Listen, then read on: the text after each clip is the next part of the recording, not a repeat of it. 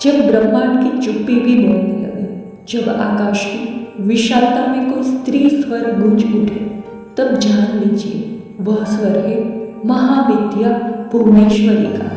वह केवल देवी नहीं, वह है साक्षात ब्रह्मांड की अधीश्वरी, भुवन अर्थात तीनों लोकों की स्वामिनी।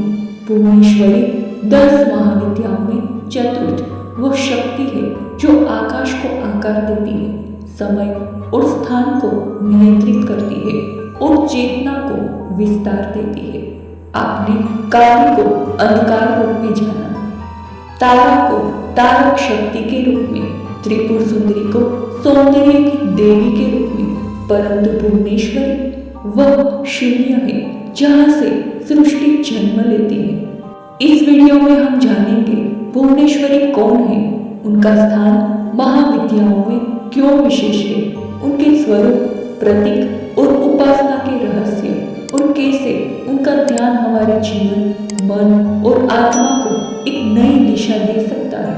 तो जुड़िए हमारे साथ इस रहस्यपूर्ण यात्रा में, जहां हम भुवनेश्वरी की अद्भुत शक्तियों से साक्षात्कार करेंगे। वह जो सब कुछ है और फिर भी शून्य है, वह जो हमारे बाहर भी है और भीतर भी। शुरुआत करते हैं महाविद्या भुवनेश्वरी की अनंत महिमा के साथ। भुवनेश्वरी हिंदू मिथकों में एक महत्वपूर्ण देवी है। वह ब्रह्मांड के निर्माण और प्रबंधन का प्रतीक है। उनका नाम भुवन से आया है, जिसका अर्थ है ब्रह्मांड, भुवन यानी कि तीनों लोक, भुव, भुवः, स्वः, और ईश्वरी जिसका अर्थ है देवी, रानी, अधीश्वरी या स्वामिनी। इस प्रकार भुवनेश्वरी वह है जो संपूर्ण ब्रह्मांड की अधिपति है। उनका स्थान काली, तारा और त्रिपुर सुंदरी के बाद आता है, परंतु वह स्वयं में एक संपूर्ण ब्रह्मांड है। वह केवल रूप नहीं, वह आकाश तत्व है, वह शून्य है जहाँ से सृष्टि का आरंभ होता है। हिंदू मान्यताओं में वह 10 महाविद्याओं में से एक है जो बुद्धि की देवी है। भुवनेश्वरी को कमल पर बैठी एक सुंदर देवी के रूप में दिखाया गया है। उनकी 4 भुजाएं हैं, जिनमें एक में अंकुश जो आकर्षण और शक्ति का प्रतीक है, एक में पाश जो बंधन की शक्ति का प्रतीक है, और 2 वर मुद्रा व अभय मुद्रा में रहती है। वे लाल वस्त्र, चमकीले परिधान और आभूषण पहनती है, जो उन्हें दिव्य और राजसी रूप प्रदान करते हैं। उनका सिंहासन ब्रह्मांड का आकाश है। उनकी आंखों में करुणा है, पर साथ ही संपूर्ण नियंत्रण की भावना भी। हिंदू पौराणिक कथाओं में भुवनेश्वरी का ब्रह्मांडीय सूचनात्मक शक्ति के रूप में बहुत महत्व है।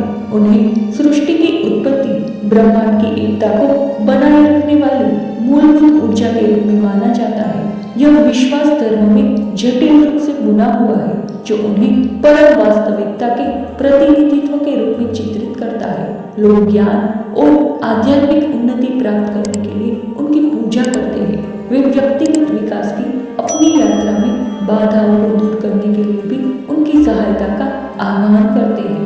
भुवनेश्वरी रीढ़ की हड्डी के आधार पर स्थित मूलाधार चक्र से निकटता से जुड़ी हुई है। यह चक्र सुरक्षित, स्थिर और जीवित रहने की भावना से जुड़ा हुआ है। उपासकों का मानना है कि भुवनेश्वरी का सम्मान करने से इस चक्र को संतुलित और सक्रिय करने में सहायता मिलती है, जिसके परिणाम स्वरूप जमीन पर टिके रहने और स्थिरता की गहरी भावना पैदा होती है। यह संबंध उन्हें हिंदू परंपरा में एक महत्वपूर्ण व्यक्ति बनाता है, जो उनकी पूजा करने वालों की भलाई में योगदान देता है। एक कहानी में भुवनेश्वरी और अन्य महाविद्याएं दुष्ट राक्षस अंधक के खिलाफ भगवान शिव की सहायता करने के लिए एक ब्रह्मांडीय महासागर से आई। उनका उद्देश्य ब्रह्मांड में संतुलन वापस लाना था। उनकी दिव्य सहायता से शिव ने शक्तिशाली शक्ति या दिव्य ऊर्जा प्राप्त की, जिसने ब्रह्मांड में सामंजस्य बहाल किया। यह कहानी ब्रह्मांडीय संतुलन का एक महत्वपूर्ण हिस्सा है। भुवनेश्वरी की उत्पत्ति की कहानी के एक अलग संस्करण में ब्रह्मांड के निर्माता भगवान ब्रह्मा की भूमिका है। इस कहानी में भुवनेश्वरी, जो ब्रह्मांड का प्रतीक है, ब्रह्मा के पास जाती है और ब्रह्मांड की देखरेख करने का अधिकार मांगती है। दयालुता से ब्रह्मा उसकी इच्छा पूरी करते हैं, उसे सृष्टि, पालन और अंततः विघटन का प्रबंधन करने का कार्य सौंपते हैं। यह उसे ब्रह्मांडीय नृत्य में एक केंद्रीय चरित्र के रूप में स्थापित करता है, जो अपने हाथों का उपयोग करके इसकी लय को निर्देशित करता है।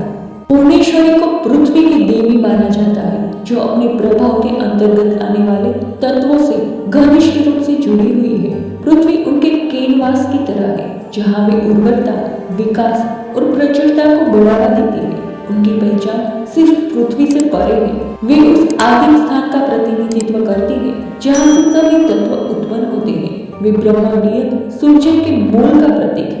भुवनेश्वरी की पूजा करने वाले लोग उनके दिव्य सार से जुड़ने के लिए विभिन्न अनुष्ठानों में भाग लेते हैं। वे शुद्ध वातावरण के लिए ताजे फूल चढ़ाते हैं, धूप बत्ती जलाते हैं और अपनी भक्ति व्यक्त करने के लिए फल और मिठाई जैसे प्रतीकात्मक उपहार देते हैं। भुवनेश्वरी अष्टकम और भुवनेश्वरी कवचम जैसे उनके मंत्रों का पाठ करके उनकी उपस्थिति का आह्वान करते हैं। अनुयायी आध्यात्मिक प्रगति के लिए उनके गुणों से जुड़ने के लिए ध्यान भी करते हैं। वे उनका आशीर्वाद पाने और जीवन में सफलता प्राप्त करने के लिए भुवनेश्वरी यंत्र जैसे विशेष प्रतीकों का उपयोग करते हैं।